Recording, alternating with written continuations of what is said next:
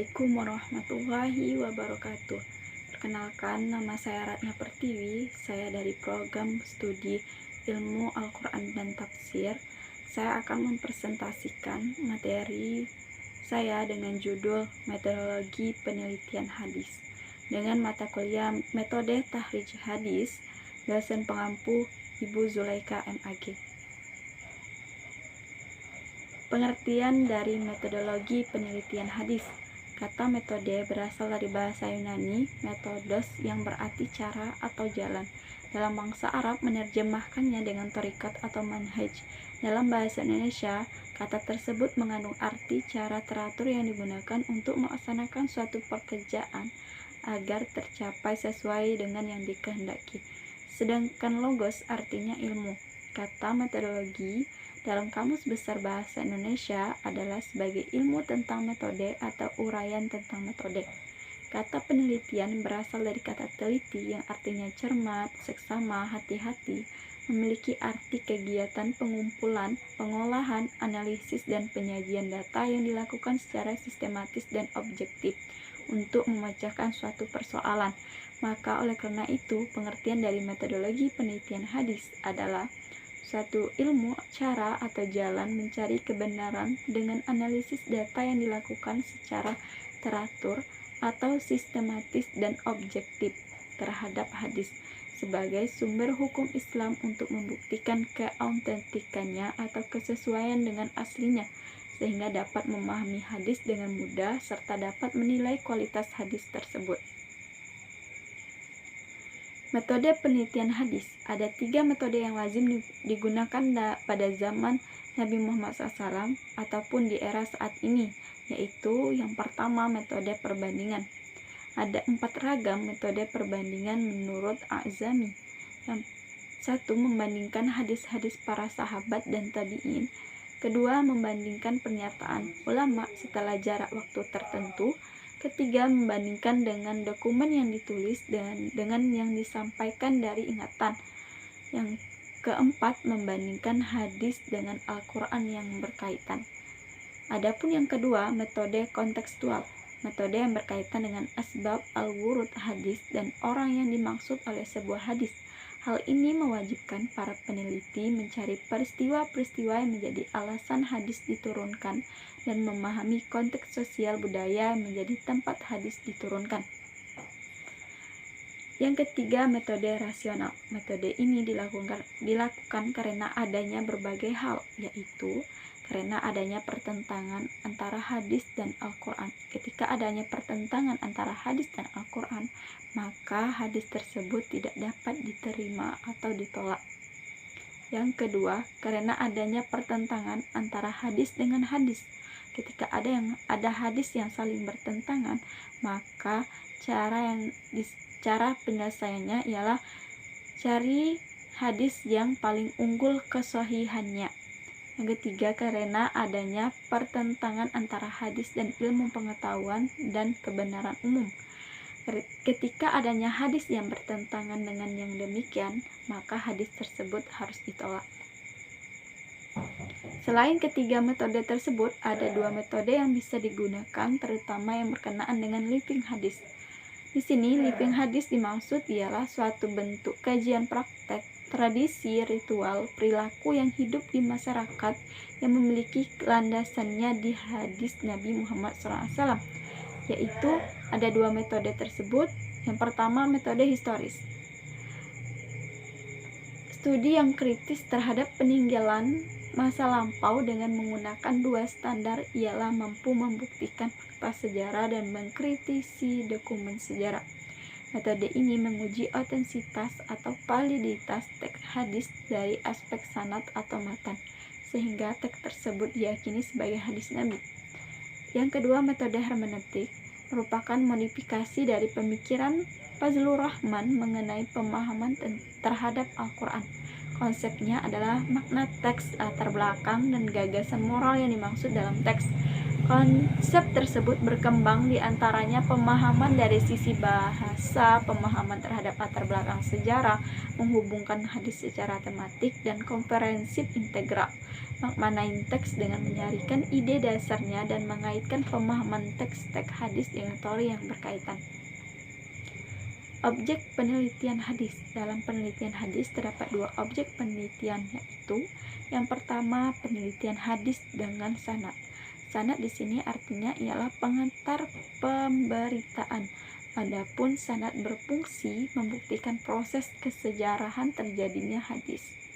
Yang kedua, penelitian hadis dengan matan. Arti matan ialah isi pemberitaan. Adapun matan berfungsi mempresentasikan konsep ajaran yang berbalut dalam bahasa ungkapan hadis yang diasosiasikan kepada sumbernya. Langkah-langkah penelitian sanad hadis. Yang pertama, tahrij al-hadis. Adapun tahrij al-hadis adalah penelusuran atau pencarian hadis pada berbagai kitab sebagai sumber asli dari hadis yang bersangkutan, yang di dalam sumber itu dikemukakan secara lengkap matan dan sanad hadis yang bersangkutan. Kegunaan dari tahrij al-hadis diantaranya adalah untuk mengetahui asal-usul hadis yang akan diteliti, untuk mengetahui seluruh periwayat yang akan diteliti, dan untuk mengetahui ada atau tidaknya syahid atau mutabi pada sanad yang akan diteliti. Metode dalam mentahrijkan hadis itu ada 5.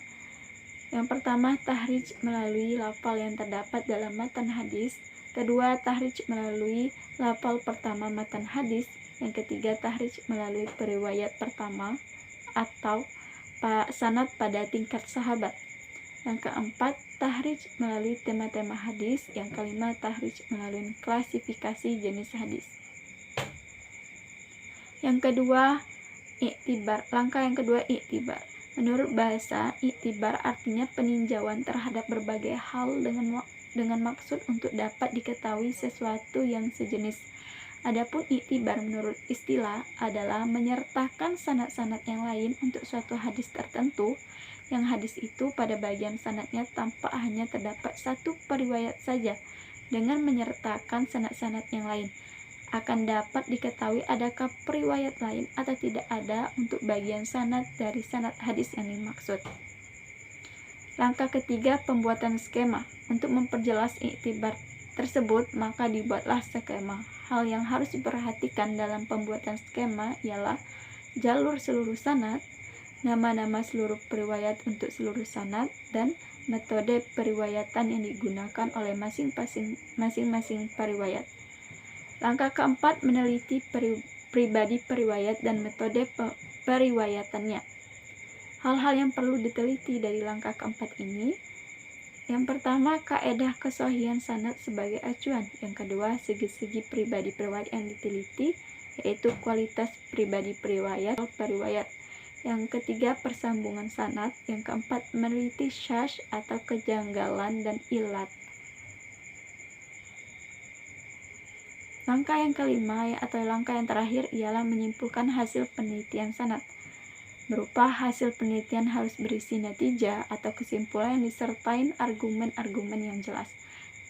Isi natijah untuk hadis yang dilihat dari segi jumlah periwayatnya mungkin berupa periwayatan bahwa hadis tersebut berstatus mutawatir atau ahad.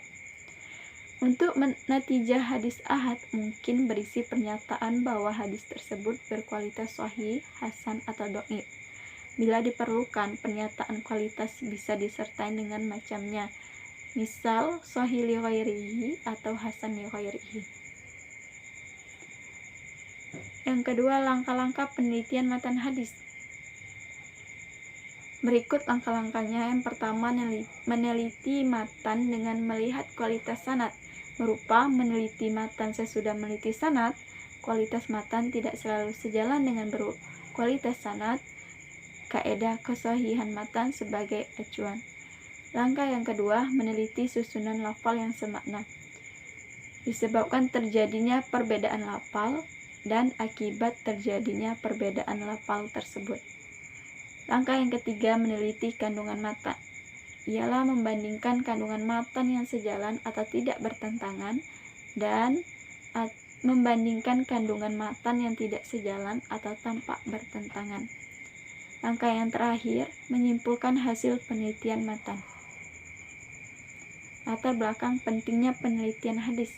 Yang pertama, hadis merupakan salah satu sumber ajaran Islam.